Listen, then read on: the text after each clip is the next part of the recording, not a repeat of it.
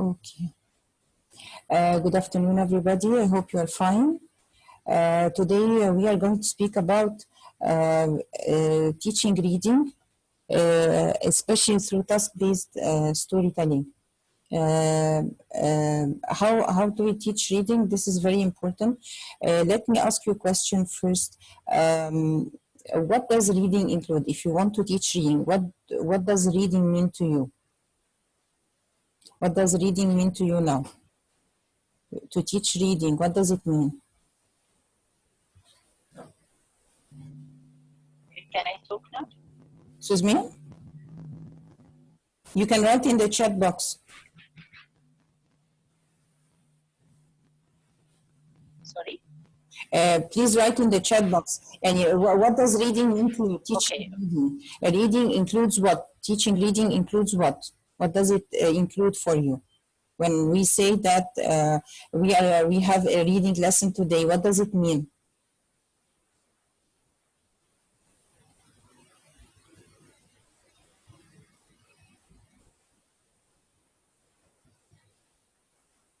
Yes, teaching reading includes a variety of approaches. Yes, I'm not speaking clear about the approaches. I'm speaking about the types of reading, the genres of reading. What kinds of reading do we teach? Not about skills. Not about skills. To get students to, I'm not asking about what is reading or how do we teach it. I'm asking about the genres of reading, the different kinds of reading that we can teach. What kinds of reading can we teach? Yes, reading for specific information, Fatma. This can mean what that we can teach an article, for example, a reading passage. Yes, not in skimming. Skimming. This is what can be done. Claire, I mean, what kinds of reading? Like, for example, a reading article. For example, that's can be for specific information. Can be just to read a story. We can teach stories. Teaching a story, that's a genre of reading, a kind of reading. So intensive and extensive, that's extensive and extensive readings. These are the different kinds of reading, yes, but I mean the genres themselves. How does it look like? If you have attended with us last week, I have mentioned the idea of mediation. If you remember, mediation means the medium that we use to teach students. What kind of media or medium do we use to teach students? No, Fatma, it's not considered the kind of reading. Email is not considered the kind of reading. That's completely writing. So reading, it can be in the form of an article, can be a comprehension passage, can be a reading story, can be a long story, can be a short story. So these are the different genres of reading that we can teach in class. So one of the ways, and when we teach use reading, we use reading for different objectives. We can use reading for reading's sake. We want to develop the understanding of the students of the language and how to be able to retell or tell stories. So we can teach stories with this reason, with this objective. Another objective can be to teach new vocabulary. I'm introducing a short story, and through the short story, I'm going to introduce new vocabulary to the students. I can use the story to revise or to introduce the usage of a tense. We can use the usage of present simple, past perfect, and past simple, contrasting of tenses, how to use present perfect and present perfect continuous, for example, because they sometimes cause a lot of troubles for students. They don't understand them quite well. So when we teach them through stories, this helps us a lot to develop their usage of the language and functioning of the items that we are introducing, like the new vocabulary or the new grammatical items, or practice and function of the new grammatical items. So again, we can use a story, for example, or an article or a comprehension passage as a kind of base for preparing students to do a piece of writing, because we want them to develop the writing. And one of the easiest ways to develop the students' writing is to do this through a story. Because stories are much easier, because they have a framework through which the students will be able to divide their pieces of writing easily with an introduction and a middle and an end. So we are going to discuss this through the idea of task-based activities in class. Let me start first by asking you, do you understand what is a task-based activity? What does it mean to you? What does the word task-based mean to you?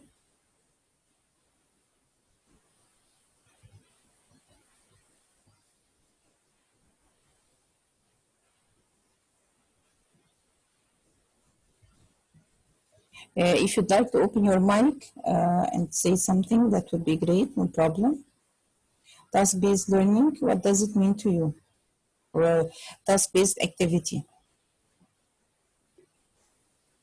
Yes, don't be shy, please go ahead. Put your ideas, don't worry. Claire, would you put your notes as for everyone, not just private? Claire said here task-based means performance-based. Yes, students are working together, serving a purpose for sure. Yes, it serves a purpose, but what we mean here, but task-based, what purpose? What purpose? How are you going to do it? Is it a 3Ps approach? No, it's not, Fatma, it's not 3Ps approach. The 3Ps approach means that we the teachers present a new topic and then ask the students to do some kind of practice and then to go ahead and present themselves.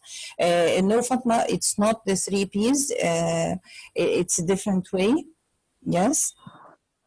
Any extra ideas? The word task means a job to be done, something to be done.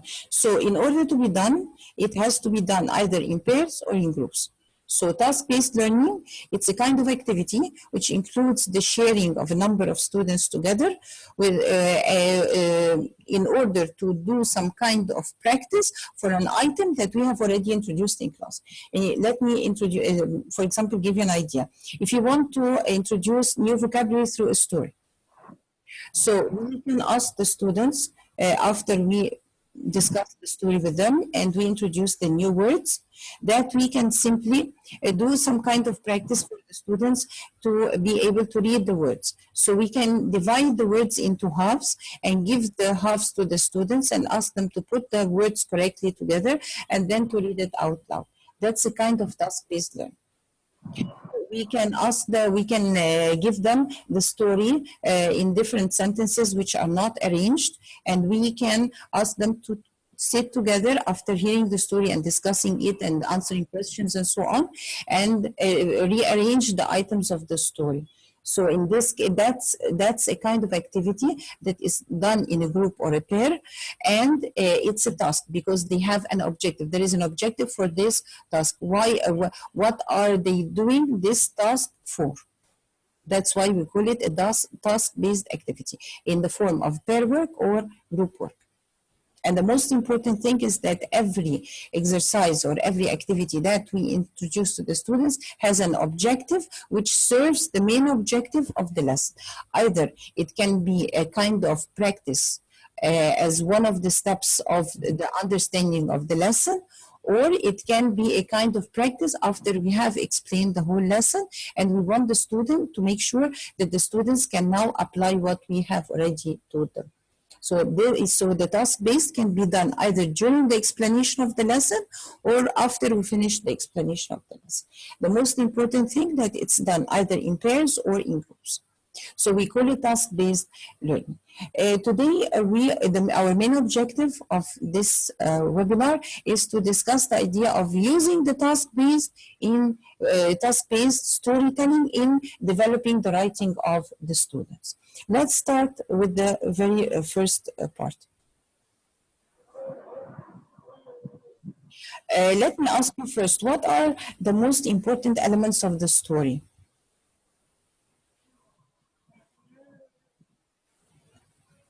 What are the most important elements of the story?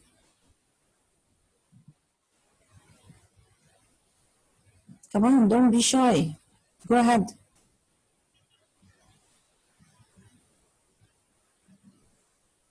The most important elements of the story. Yes, that's great. Clear setting, characters. Yes, great. Plot. Yes, that's very important. introducing new vocabulary. Again, Fatma, that's an objective. It's not an element of the story. The theme, okay, to an extent, it can be an element. Events, to an extent, yes. Mood. What do you mean by mood, Claire?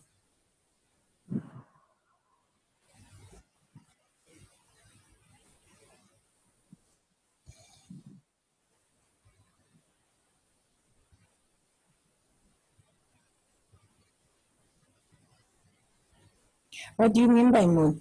Lightness or serious? Yeah, and somehow it can be kind of the story, a kind of story, but not a main element of the story. Okay, that's great. Any other elements?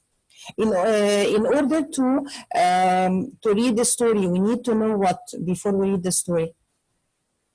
What's the most important thing that we do as soon as we take hold of a story? If you want to choose a story, what do we look at? The very first thing. Okay, I think that you are talking about the reading map components. No, not yet. Yes, title. Yes, the screen title. We need the title for the story. Yes, when we read the story. Yes, the title, the characters, the setting, the plot, yes. the conflict. No, not yet. The problem if the this ones. Okay. We have the title, we have the setting, we have the characters. That's great. Okay. Let me ask you, what are the main parts of the main divisions of a story? You have mentioned some of them while we are moving around here. What are the main divisions or main categories of a story? You mean that like the setting? That we said the setting is an element. Okay, so setting, title, and characters are the main elements? They are elements as well. Claire, here mentioned parts. What parts? Yes, exposition, yes. Yes. Again, what else? The plot. Okay. And in order to have the complication and the exposition and the plot, we need what? The story starts with? The climax, that's the middle one. So the story starts with what? With a beginning. Right? Yes, the plot, as I said, the plot, beginning, middle, and end. Yes, we have the main divisions are the beginning, the middle, and then an end. And in the middle, we have the climax, we have the we have the climax, we have the problem or the main problem of the story, and by the end of the story, we have a solution. Okay? Let us go. And we are going to watch this very short video. It's called Little Red Riding Hood. Are you familiar with the Little Red Riding Hood? Yes, sir, you are right. It's the beginning, the rising action, and they didn't want the ending. Yes. Are you familiar with Little Red Riding Hood?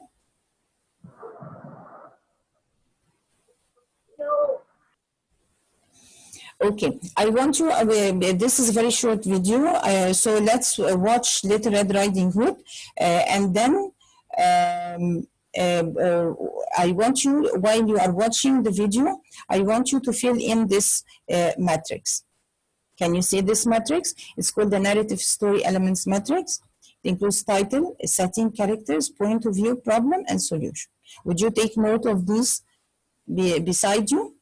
So when we watch the story, you can fill in these points as we go ahead. This is called the matrix of the story.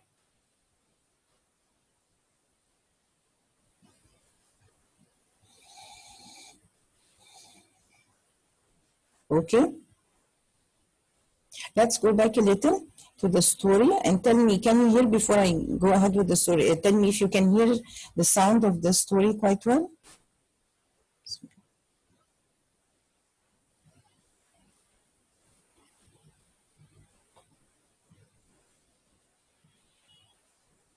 Little Red Riding Hood lived in a wood with her mother. One day, Little Red Riding Hood went to see her granny. Okay, can you hear the story? Yes, I can hear it. It's okay. Yeah, okay, that's great. What about the rest? Yes, I can hear it. Is it all right for everyone? Yes. Okay, that's very good. Okay, let's play the story once more. Thank you. She had a nice cake in her basket. Little Red Riding Hood lived in a wood with her mother. One day, Little Red Riding Hood went to see her granny. She had a nice cake in her basket.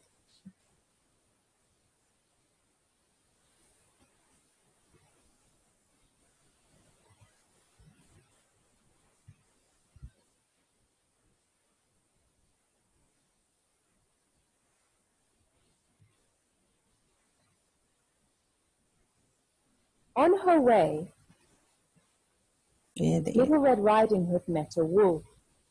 Hello, Said the wolf. where are you going? I'm going to see my grandmother. She lives in a house behind those trees. The wolf ran to Granny's house and ate Granny up. He got into Granny's bed. A little later, Little Red Riding Hood reached the house. She looked at the wolf. Granny, what big eyes you have. All the better to see you with. Said the wolf. Granny, what big ears you have. All the better to hear you with. Said the wolf. Granny, what a big nose you have. All the better to smell you with. Said the wolf. Granny, what big teeth you have. All the better to eat you with. Shouted the wolf. A woodcutter was in the wood. He heard a loud scream and ran to the house. The woodcutter hit the wolf over the head. The wolf opened his mouth wide and shouted, and Granny jumped out. The wolf ran away, and Little Red Riding Hood never saw the wolf again.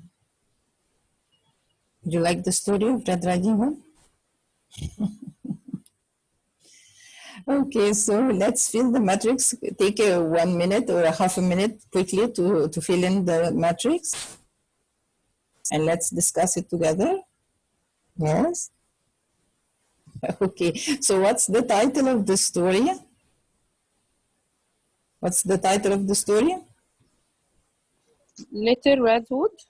Little Red Riding Hood, yes, sure. What's the setting? What's the setting?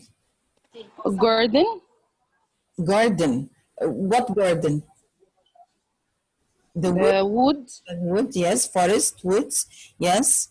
Any other suggestion? Granny's house, great. Granny's house, yes. Any other suggestions? Any other? Okay, so we have two different places. Notice here, we have the forest or the woods, and we have Granny's house. So this is very important because the differences here show the differences of the different mindsets of the students that we have.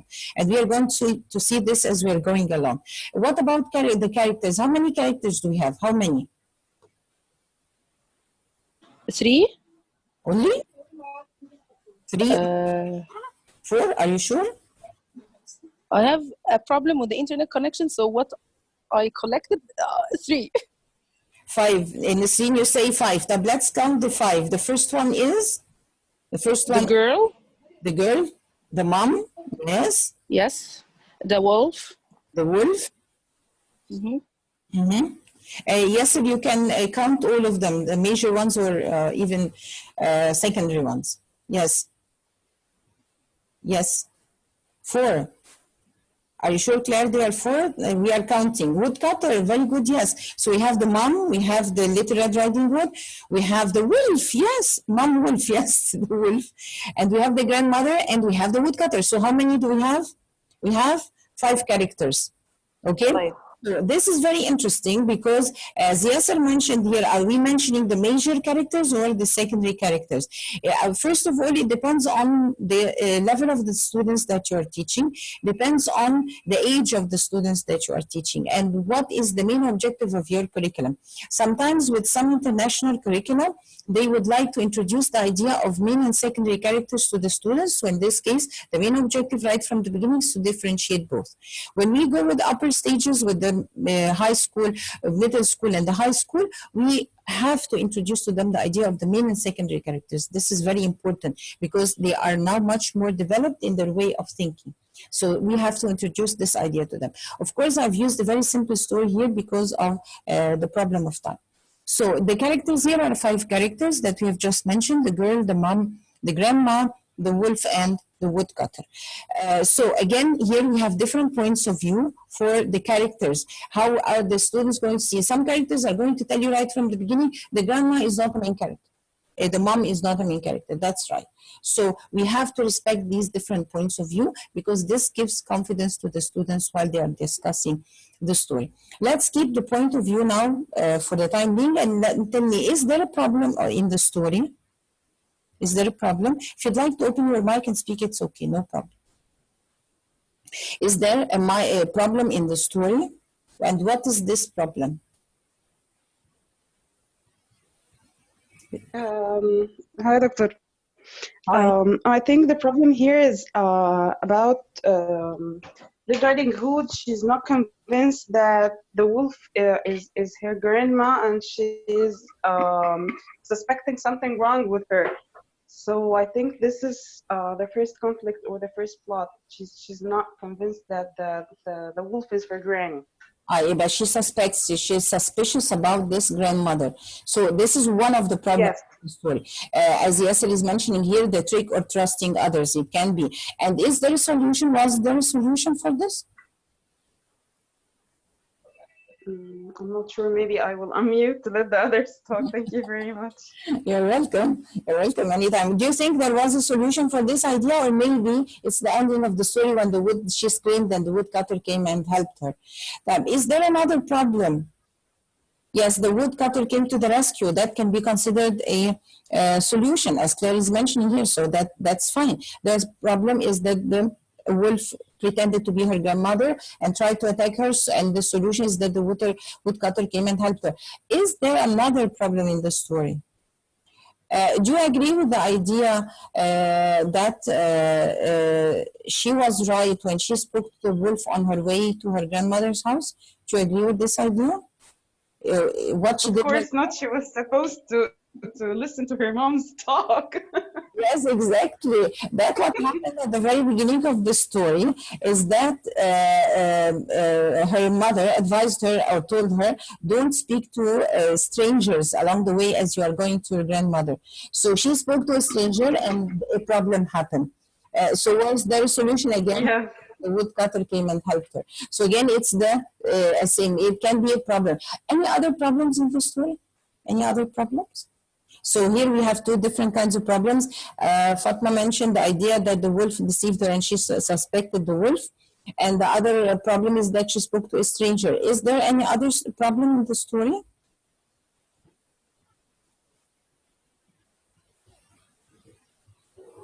Any other problems?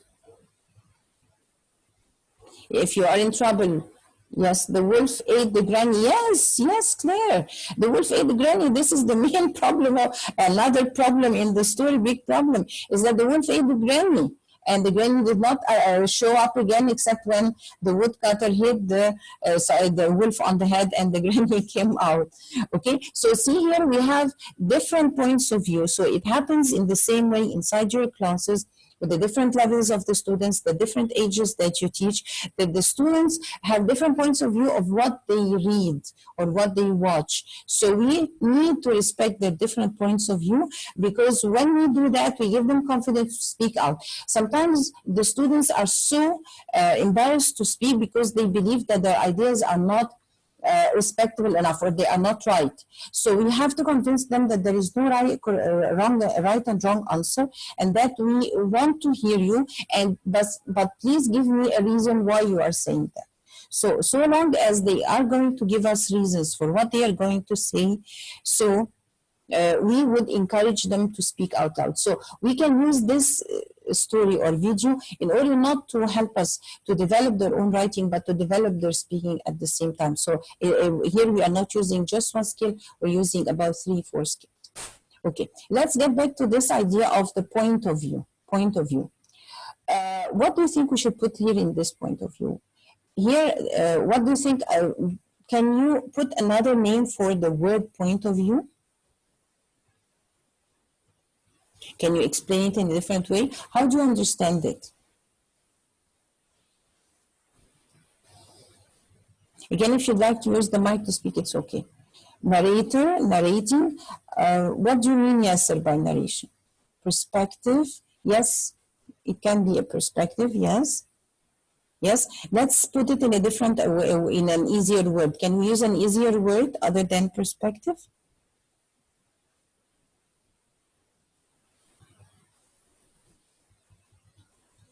We can use the word, not opinion, not exactly. When we read a story or when we teach the younger students stories, we need to, no, it's not who is telling the story. We need to do what? Why are we using stories? Why do we use stories with the students in general? Sometimes when we are teaching stories, especially with the younger ages, we have a main, yes, Nasreen, a moral behind the lesson. There is a lesson and there is a moral behind the story. What's the message behind the story? So the message here can be is that she spoke to a stranger. She did not listen to her mother's words. So if you don't listen to her mother's words, what can happen? Yes, never talk to strangers, yes. If you are in trouble, you need to ask for help. So these are different messages in the story. Listen to your mom always, yes. So this can be set here as a point of view. You can change this. You can use such a matrix when you are teaching the story.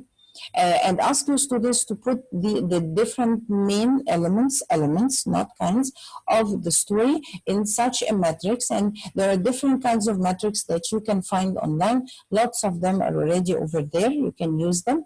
We call it a matrix. And this is going to help them to have a clear idea of what is the story about. So this is not only going to help the clever students, but it's also going to help even the average students or the weaker ones who cannot follow up easily inside the class. Because they are not only going to watch the story, but they are going to fill in something. So long as they are going to write, they are going to concentrate. With the very young students, if you have very young ones who cannot write quickly or easily, you can give them pictures and you can ask them to put the pictures in the correct places. So it can be a different kind of help.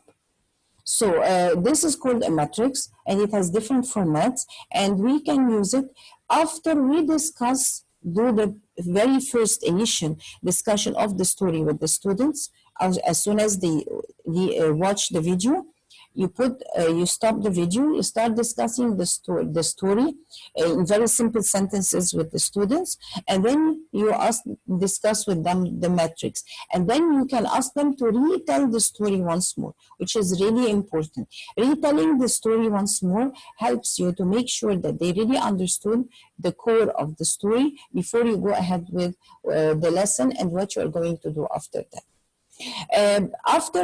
Since we have agreed right from the beginning that we can use a story to develop the writing of the students, the very first step is after watching the videos to fill in the matrix. Let's move ahead to the next element here. I'm sorry. The graphic organizers. Graphic organizers are very simple drawings which show the relation between the different parts of the story. And it can not only be used with stories, it can be used also with different pieces of writing, like an article or a comprehension passage, with different kinds, whether we are giving them comprehension passages that include stories, information, documentary, instructions. We can use the graphic organizers with any of these. Let us first, before we go ahead with the discussion of the idea of the graphic organizers, let me ask you, what's the beginning of the story? What's the beginning of the story? Can you put the beginning of the story in one or two simple sentences? You can open your mics if you'd like to. I think it's always the part that it starts with once upon a time, introducing the main characters or one or two of the main characters. Yes, Yes, the introducing main characters, that can be, I mean the incidents of the story. What happened at the very beginning of the story? Background info, yes. What else happened? I'm speaking here at the beginning about the incidents, the beginning incidents of the story. What's the very first step that happened at the beginning of the story?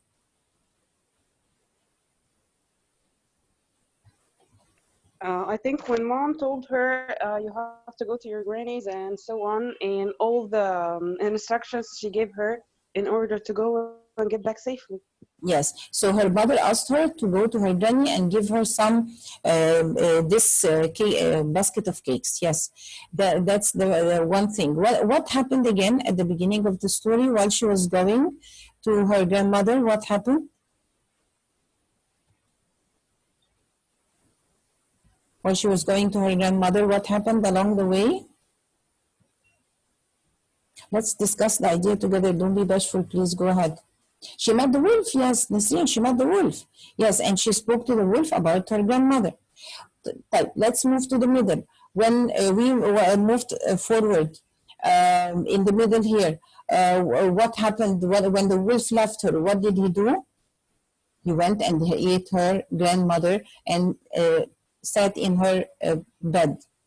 Okay, and then when Little Red Riding Hood arrived, she spoke to the wolf. She was suspicious. She was yes, he was waiting for her. She was so suspicious, and then in the end, he tried to attack her, and the woodcutter came and hit him, and the grandmother came out of the wolf's mouth. Okay, so this is called the graphic organizer. I can ask the students after they watch the story and we discuss it and we do the matrix, that we ask them to divide them into beginning, middle, and end, and write a very short sentence about the incidents of the story at the beginning, the incidents of the story in the middle, and the incident stories in the end. Let me ask you, propose something different. Have you seen the interlocking circles over here around the interlocking circles over here? Can you think of 5 words, whether they are nouns or verbs, that are common between the beginning and the middle? I'm sorry. Can you think of 5 words that are common, whether they are nouns or verbs, that are common between the beginning and the middle?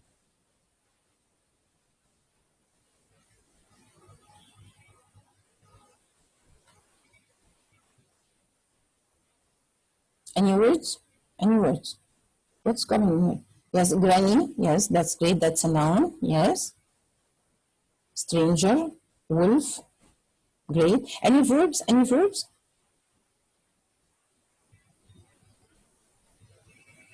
When Little Red Riding Hood was going, she was going first. She was walking.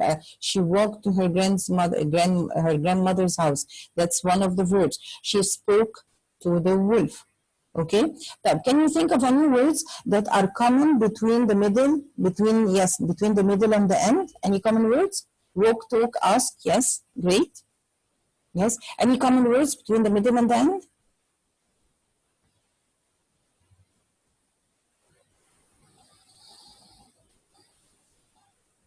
Yes, come on. Don't be shy. Any common words? What other common words? Talk again, talk. Okay, talk. Yes, that can be a verb. Who appeared by the end of the story? Who had Little Red Riding Hood?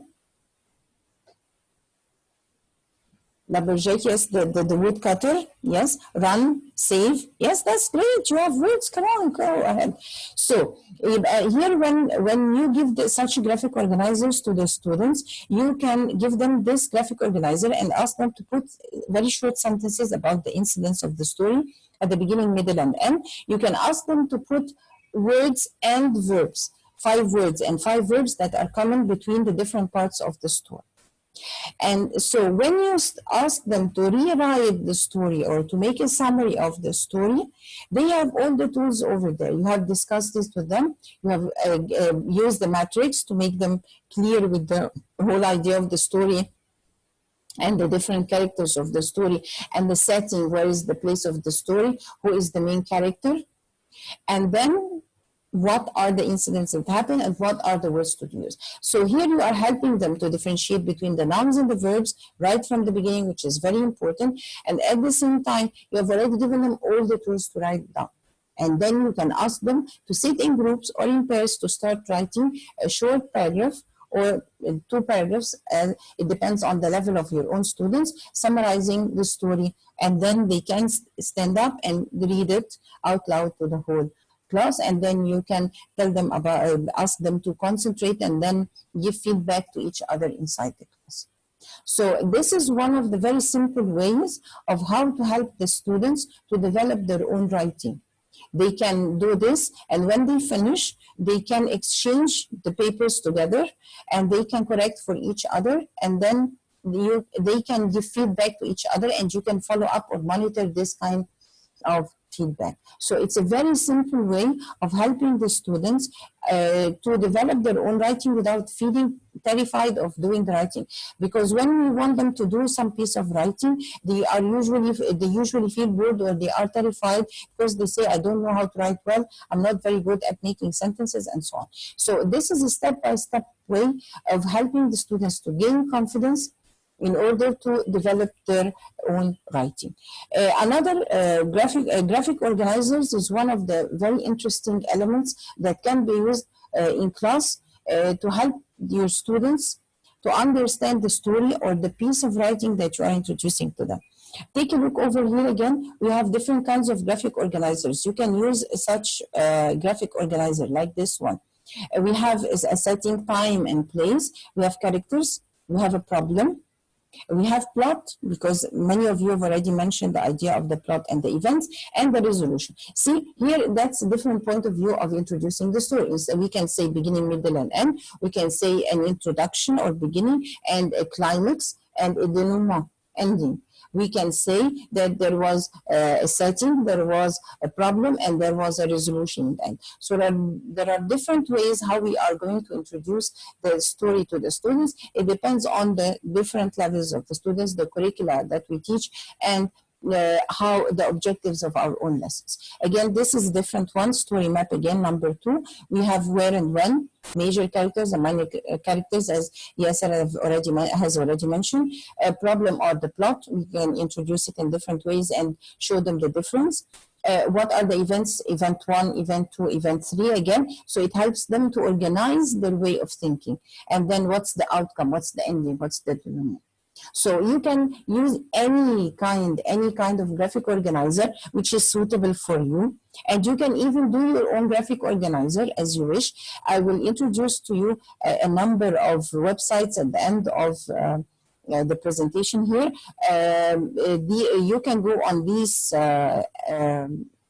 websites where you can do your own graphic organizer yourself. You can change the color, the template, whatever. They introduce different templates to you, and they give you the chance to change them as much as you wish.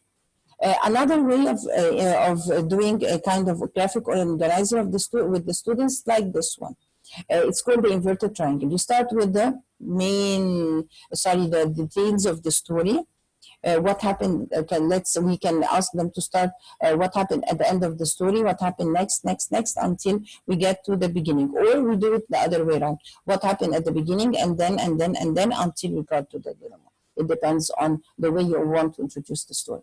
Another way, which can be used, this can be used with higher level students, older students. We can use it with the middle school students. We can use it with the high school students. Here there is another one also, which is the possible problem and the possible solution. Possible because sometimes we are not sure. You can ask your students to predict what can happen next. You can stop the story in the middle, ask them what do you think is going to happen next, and they can predict. It's a kind of helping your students to be alert and active all the time. All of these are called graphic organizers, and there are hundreds of them online. Another interesting way of helping the students to understand the different pieces of reading that you introduce to them, it's called the thinking maps. Thinking maps have 8 main kinds, and the best or the easiest, and we can say the most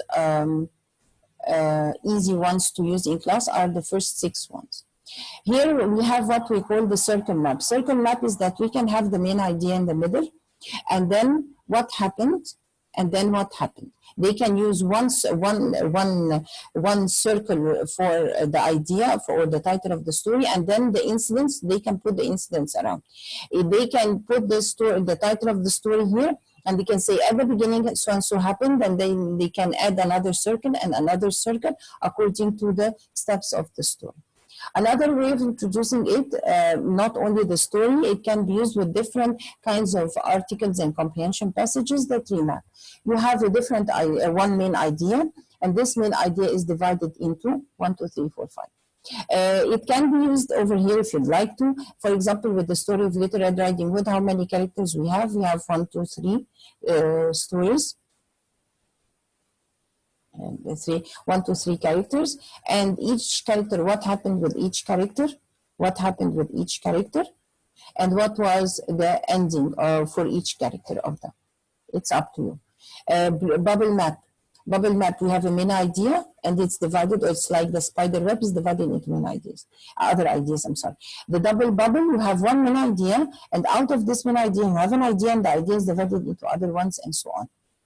The flow map, it's very useful. It can be used with the stories, incidents of the story, what happened in the beginning, middle, and end, or what happened first, next, then, later on, after that, and finally. So you can help to teach your students chronological order of the story, and they can use the linking words, first, next, then, later on, finally.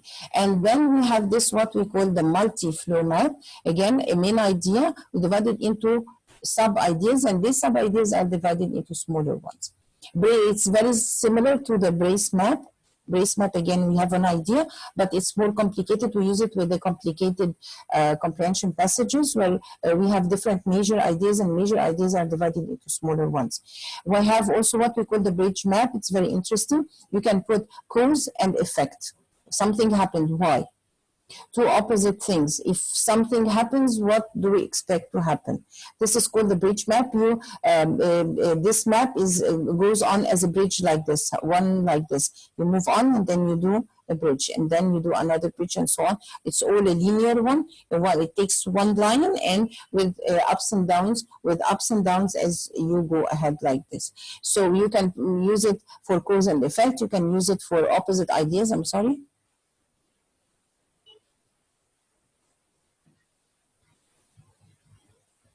You can use it for opposite ideas. It depends on the objective of the story that you are teaching. So circle maps are very useful, especially when you are introducing different complicated comprehension passages. I usually use it with my students, with my trainee teachers, and I use it even with my university students. It makes miracles in class. With all ages, even with the very young ones, you can teach them very simple thinking maps. It helps them to organize their way of thinking, be alert, get to the main idea of the passage or the story that you are teaching, and you give them. Would you please put off the mic?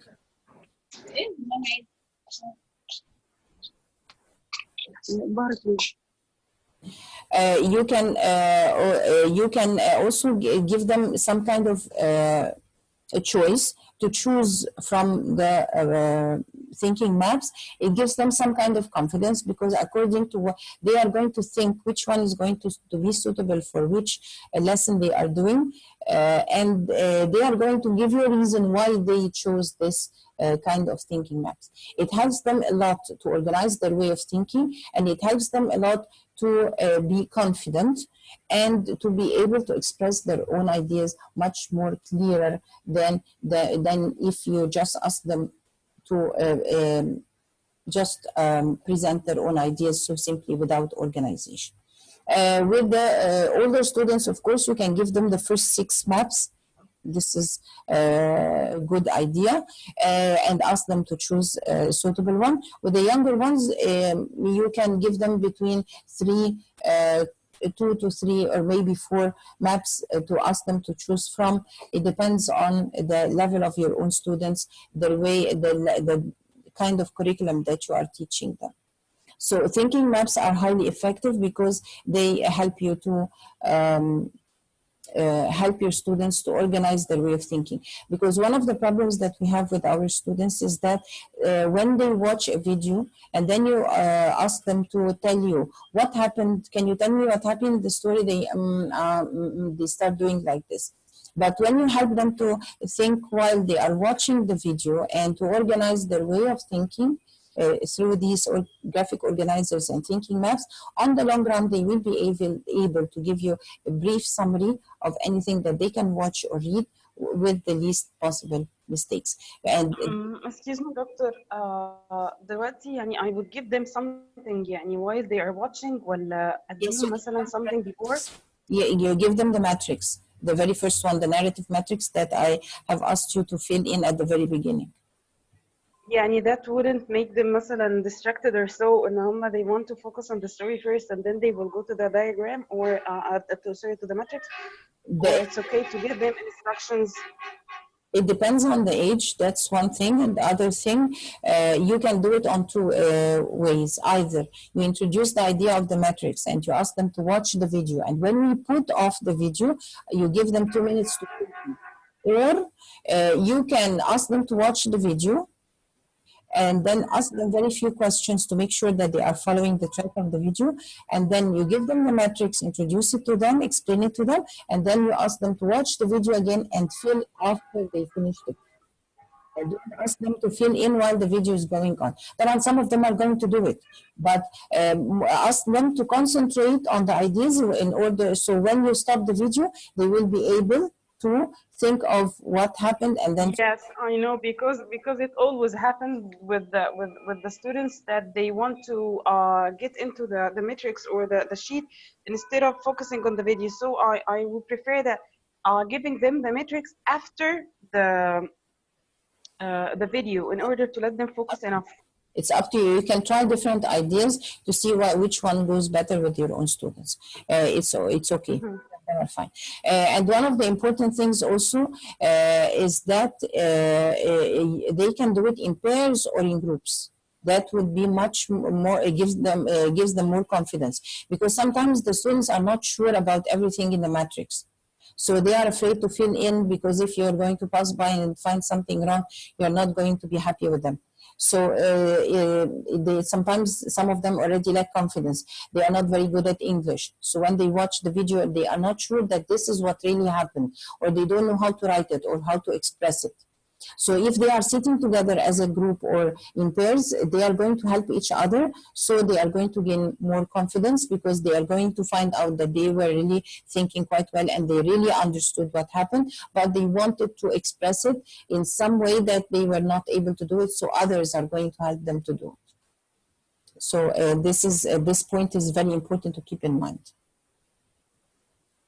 Okay. Again, here we have. Again, this kind of circle, you can use it with the students as well, as I have already mentioned a few minutes ago, that you can put the title of the story here, and then you can ask them, write here in the first circle 10 nouns, and then in the bigger circle, write 10 verbs related to the story that we have already discussed. So this is the bubble map. So it's going to be clear for the students. You have already given all the elements. You discussed it with them. You use different kinds of questions, yes, no, and WH questions. You have already what we call ask them to fill in the matrix, and then you ask them to fill in the graphic organizer, and then finally they are going to put the verbs and the nouns over here. So you have given them all the tools. So it's going to be much easier for them to sit together and write a short paragraph summarizing the whole story. So what are the steps that we followed? If you want to follow this, do this kind of task-based activity in class, you can follow these steps. Sorry? Think of a story means you choose a video. You have maybe sometimes maybe it's not a video. Maybe it can be a story, paper story that you have in class. Maybe it's going to be just pictures, a poster, and you are introducing the story through. It's up to you. Choose a number of words. Ask the students to choose the words that differentiate between nouns and verbs. Fill in the story matrix. Fill in the graphic organizer. Sit down and write the story together, and then it will be very interesting if you can do it in groups or pairs, and they can think together of drawing a cover, making a cover for the story, like the one that we have over here in the picture. If you can ask them to do that, it's a very good way of expressing their understanding of the story, which is very, very important. So they are going to put a final finish for the story. So when the students finish the story and they are going to stand up and present what they have already written, they can present it with the cover. And so they can use the cover even to explain what they have already written. So this is going to give them much more confidence because they are going to show what they have really understood while working together. And it's advisable, of course, that the students need to present after every step. So to sum up this idea, task-based learning has the advantage of getting,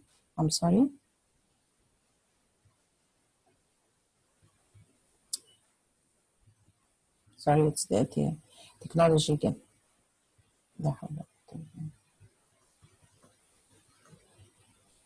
Sorry. Task-based learning has the advantage of getting students to use their skills at their current level, which is very important. Developing language through its use, so they are functioning the usage of the language. It has the advantage of placing the focus of students towards achieving a goal. Like here, our goal was to ask them to write a paragraph in the end, where the language becomes a tool. So we have a tool, which is the language learned, whether the vocabulary and the grammar, and we have a goal, and we are going to use both of them in order to develop the skill of writing. So making the use of the language a necessity. So see, we can divide our objective into 4 items. This is for you as a teacher, not for your students, or not for yourself to write down in the preparation copybook. But this is something for you to understand while you are preparing your own lesson, that you are going to have an objective for the lesson. What's the objective? Which skill is it going to develop? And what tools are they going to use, and what's the final goal for the students, which is going to be very clear from the beginning for them when they are going to do this task. So you are using steps, the matrix, and then the graphic organizer, and then you ask them to put the verbs and the nouns. So you are giving them the tools. And you all through this, you are discussing with them the incidents of the story. So you are helping them to practice. After listening to the story, they are going to speak, to express what they understood. And they are going to use the vocabulary and the grammar that you have taught previously. It's not nothing new, because you cannot teach a new item and ask them to do the writing at the same time. We have to have one objective. So they are going to use the vocabulary and the grammar that you have taught before, in order to function using it, use it as a tool with an end goal, which is to do a paragraph writing which summarizes the whole story. Okay, and then here are the references of the graphic organizers, websites for the different graphic organizers that I've told you about.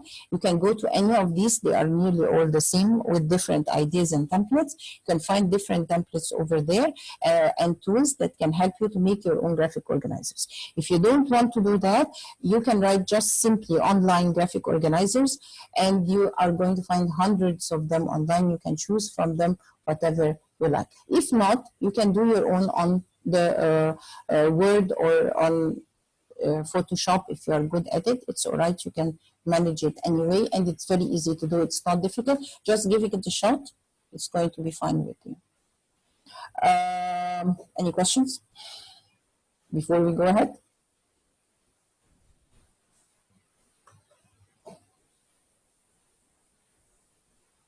I'm sorry, I've missed some of the comments here. Okay, yes. Can be purpose-based activity, encouraging for the groups, yes. Can help them while watching and taking notes. We send those documents we used in the sessions. Fatma, you can send me an email and I can send you the PowerPoint if you'd like to. Okay. If you don't have any questions concerning the reading, let me go ahead with our own session. You're most welcome, Fatma. This lesson that, or this webinar that I have done today, Fatma, please send me an email and I will send you send me an email, right? Please send me so and so and I will send you, attach you the PowerPoint. This session that I've dealt with today is part of our ILATIC course that we are going to start on the 1st of June, inshallah. The ILATIC course is an abbreviation for Integrated English Language Teaching TESOL course. It's a 105 hours course and the classes are held 3 days a week online because we are in the quarantine, unfortunately. We have done it face-to-face before, but now we are moving it to face-to-face, to online teaching. A certificate of attendance is offered at the end of the course, and it depends on the assessment which is set for every trainee based on his or her performance and portfolio. There are different details for these. If you are interested, when you join the course, you can get all these details. Let me first ask you what's the difference, tell you what's the difference between this course and the usual course that you find around. Why is it different? First of all, it's a TESOL course, it's not a TEFL course. TESOL course means it's a full course of teaching, starting from the very beginning with the usual lessons of with the usual, the very first steps of understanding what is teaching, what's a teacher, what's a student, and what's the curriculum. That's the very beginning. And then we move ahead with the different methodologies I'm going to show you right now until we get all through the different skills requested for teaching. Yes, sir, we have different future sessions and you can find them on the page. They are all there.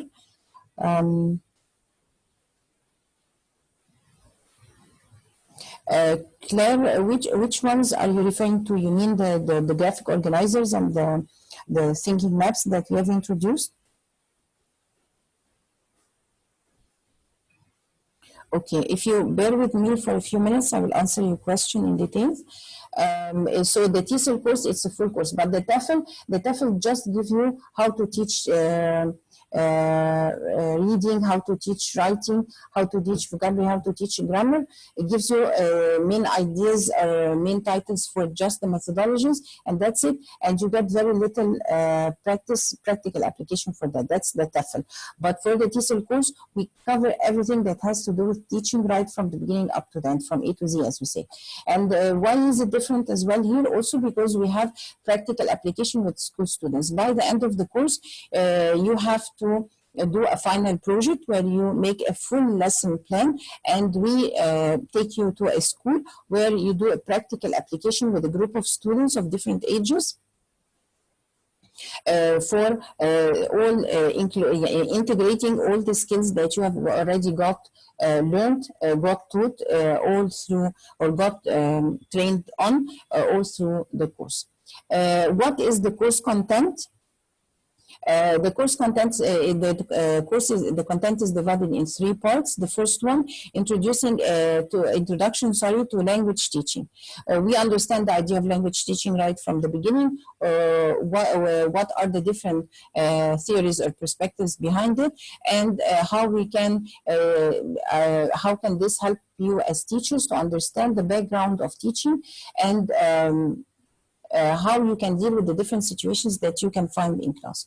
Language learning and methodologies, we do this in full. We introduce all the methodologies required for teaching, and with different theories of different famous educationalists about teaching English as a second language.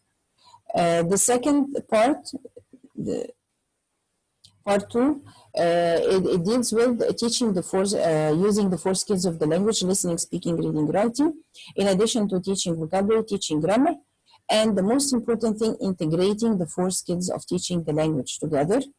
And we end this part with task-based learning and project-based learning. For every step where you get training for this, you get practical application that you have to do for every step of this.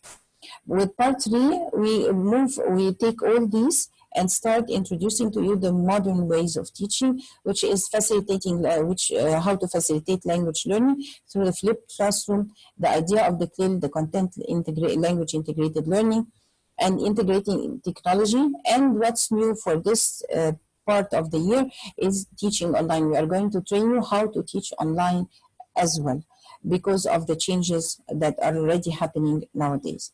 And then we follow this by the idea of mentoring and assessment, and how to do formative assessment in class, and what's the difference between formative assessment and summative assessment, and how to apply to your own work at school. And then to sum all this up, we help you to find out different lesson plans, templates for different lesson plans, and finally, how to be able to manage your classes in the best possible time. I'm sorry, Oppo, this is going to be very difficult to do it on WhatsApp. Class management is already set in the end, because if you can perfect all these tasks or all these skills all through the course, you will be able to have a very good perspective how to control your own classes, which is one of the most important elements. That's why we help you to understand the idea of integrating the 4 skills together and how to do it from different perspectives, and then finally in the end to be able to apply the modern ways of teaching in your own classes. Who is it for? It's for both novice and experienced teachers, and we usually have a mix of both in our own trainings, and this helps the students because they help each other a lot while they are working together. They learn a lot from each other, and the idea of exchanging help together help experienced teachers as well as the novice ones a lot. When is it going to be? It's going to be on the 1st of June. It's going to go on from the 1st of June up to the 15th of July. It's going to be 3 days a week. It's going to be online. And what's new with this round? We have added the idea of how to teach online. That's the new item that we have introduced for the time being. Here are some of examples of some of the sessions of the different trainees that have already worked with us before. You can find them here already working again with the idea of the graphic organizers and the thinking maps. They are acting, they are doing group work. They are again acting here after doing some kind of group work, and you can find them doing here very active in different discussions, as you can see here in this picture. They are getting so much involved in a lot of discussions. These are some of the examples. Another example also here of the final project, where we took the teachers to a school where they started teaching the students different items. Some of them chose to a lesson plan for a story, another one chose a grammar lesson, and so on. We left it to them to be free to choose the kind of lesson that they want, but we revised all the items of the lesson plans with them before we go ahead. As you can see here, the teacher herself got so much involved that she was teaching a lesson about Pirate Jack, and she got even a hat of a pirate, and the students were so much excited that they really wanted to wear the hat. So she promised them, if you're going to be nice and you interact with me, I'm going to help you to wear the hat. And she even did that and asked them to come out and read the story. It was highly interactive. Here again, she's discussing the story with the students. And another example over here of another trainee, again, she's discussing the story but using the book with the students as well. Here are more discussions, more pictures of the teachers. This is a video. I can play just a minute or so of the video. That's a good idea. ايه معنى السطر ده؟ ايه معنى الجملة دي؟ يعني Mary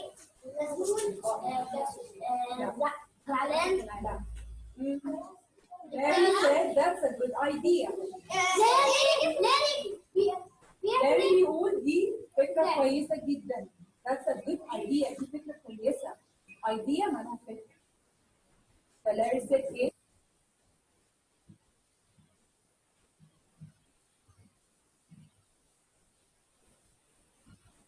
Okay, it's the internet again. I'm sorry. That's a good idea. Then ايه يعني idea؟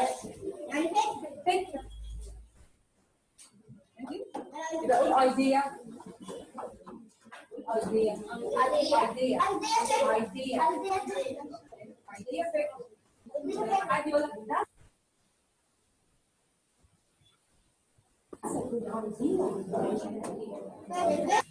Okay, so you can find the students here. This is a school where the language is not the first language. It's English taught. All the subjects are taught in Arabic, and they take English only as a subject. So that's why the level of the students are not very high. So that's why she's using some Arabic what she's teaching. Although we try to help her not to do this in class. Again, here we have different testimonials of different teachers.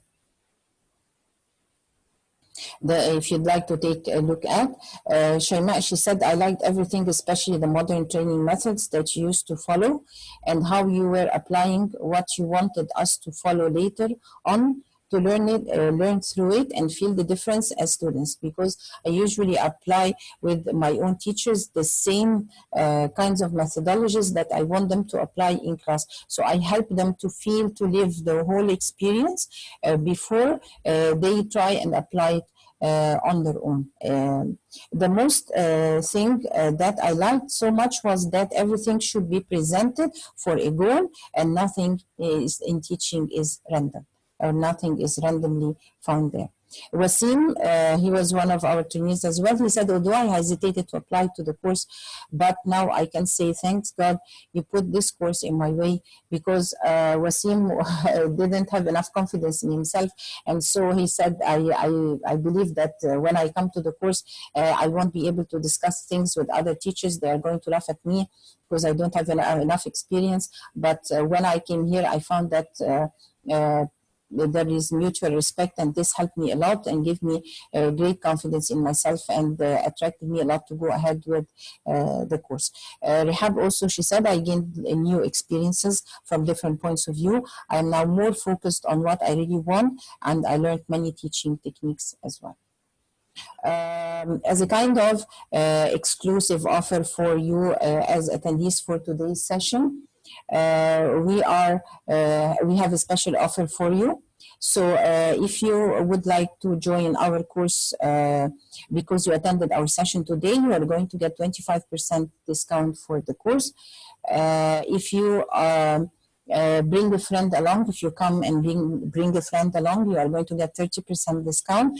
And if you are a group of 5 or more, you can get 25% discount for the course fees. The ways of paying for the fees, you can either pay through Vodafone Cash or bank transfer due to the Corona quarantine nowadays. The final thing is thank you very much for being with us, and let me take a look at the questions here, because there are some comments in the questions over here.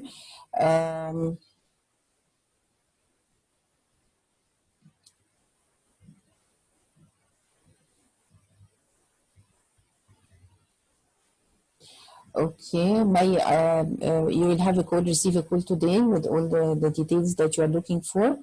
I'm sorry that the phone call is late, but we'll be in touch today.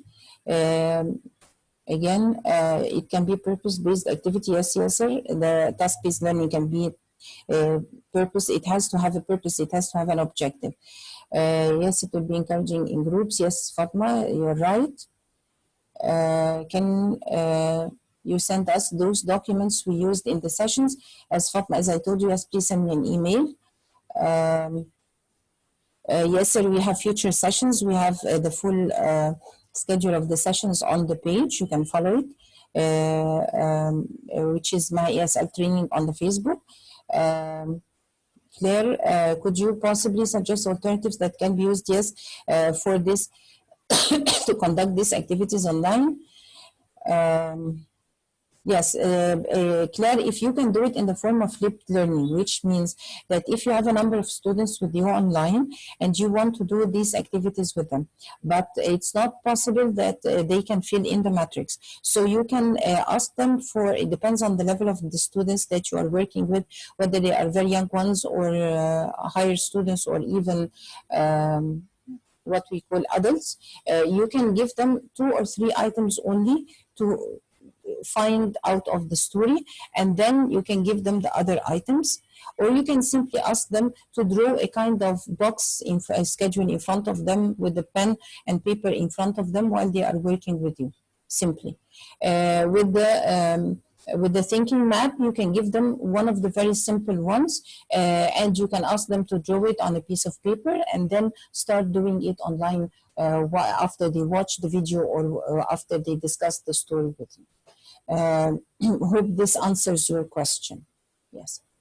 And you can always start with the idea of asking them to watch a video and then to, without using the matrix or the graphic organizer, to discuss it with you. First orally using yes, no, and WH questions, and then you can go ahead with the rest of the work of that you want to do with the objective that you are using the story for. And where are you going to use the story for vocabulary? Are you going to use it for grammar? Or are you going to use it for the practice of writing? Oppo says, can we get this lecture on WhatsApp? It's very difficult to do it on WhatsApp. You can find the rest of the sessions again on the page. The sessions will be recorded because we are going to be working online, inshallah, with the ILATIC course. We are going to put everything on a platform, and you are going to find the recordings of the sessions on this platform. Yara, hello, I am not an English teacher, although I found today's session very useful and applicable for any kind of knowledge. Is the course you are talking about can be helpful for me also? I mean, I can take it although I'm not teaching English language. Yara, what do you teach? What subject do you teach? Thank you, Claire. I hope I've answered your question. Thank you, Fatima. Thanks, Oppo. Thanks, Yasser, Yasreen, Mai. French language, yes, Yara, of course.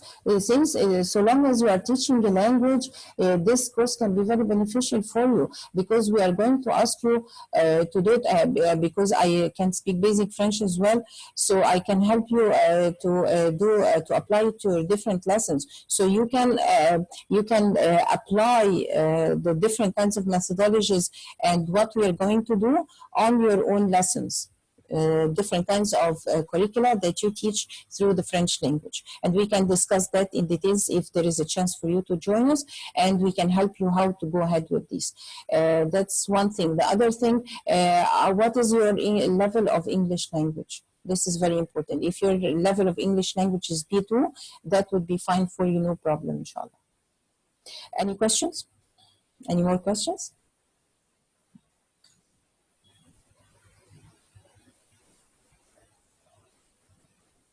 Dr. Maha, please. Yes.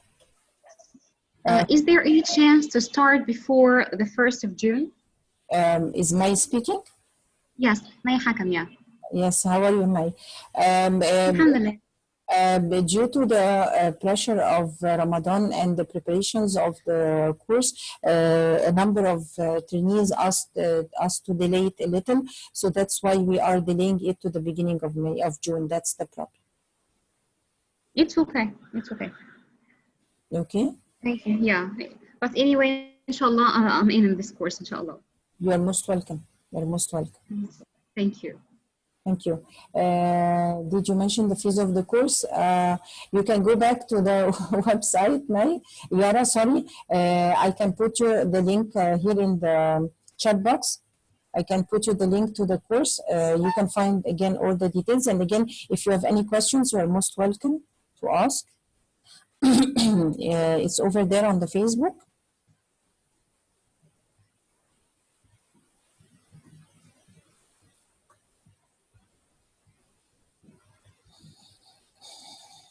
I'll put you the link just a second.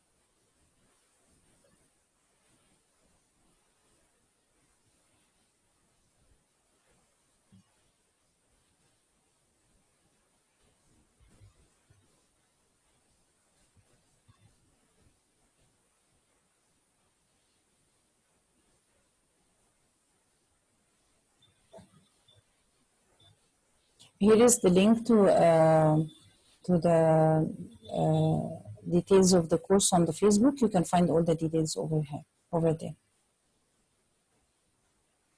Thank you, Yara. Thank you, everyone. I hope you've enjoyed our time, find it beneficial today. And if you have any questions, you're most welcome. And if you want the PowerPoint, you can simply write to me and I can send it to you right away. And these are my links you can get on the Facebook and see all our work over there. And at the same time, I remind you to you can go back to the blog again, and on this blog you are going to find very good, interesting teaching ideas, because I usually put over there summaries of the plenary speeches of different international educationalists around the world from different conferences. So I usually put the summary of their own speeches, and they are usually full of very practical and very interesting ideas that can be beneficial for you as teachers. Claire is asking, Claire, we are in Egypt, Cairo, Egypt, Claire. And nice to meet you from Philippines. Yes. If you do you have any other questions?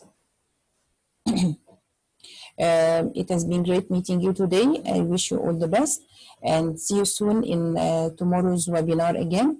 And we have another webinar tomorrow. It's going to be on, sorry. I've already set the link for it. It's going to be academic writing versus teaching methods. What are the different ways of teaching academic writing, and why is it people consider it somehow difficult, and how we can overcome the different difficulties that we can face with this, and how we can help even ourselves if you are interested in doing an IELTS test, or you are doing some kind of master's or even PhD. Sometimes people get interested in this because we discuss it as well during our session as well. Can I invite? Of course, Nasreen, of course, yes, it's open for everyone. These are free sessions. You can invite anyone to join us. That would be great, yes. So see you tomorrow, inshallah, at the same time at 3 p.m. To discuss the idea of academic writing, inshallah. See you.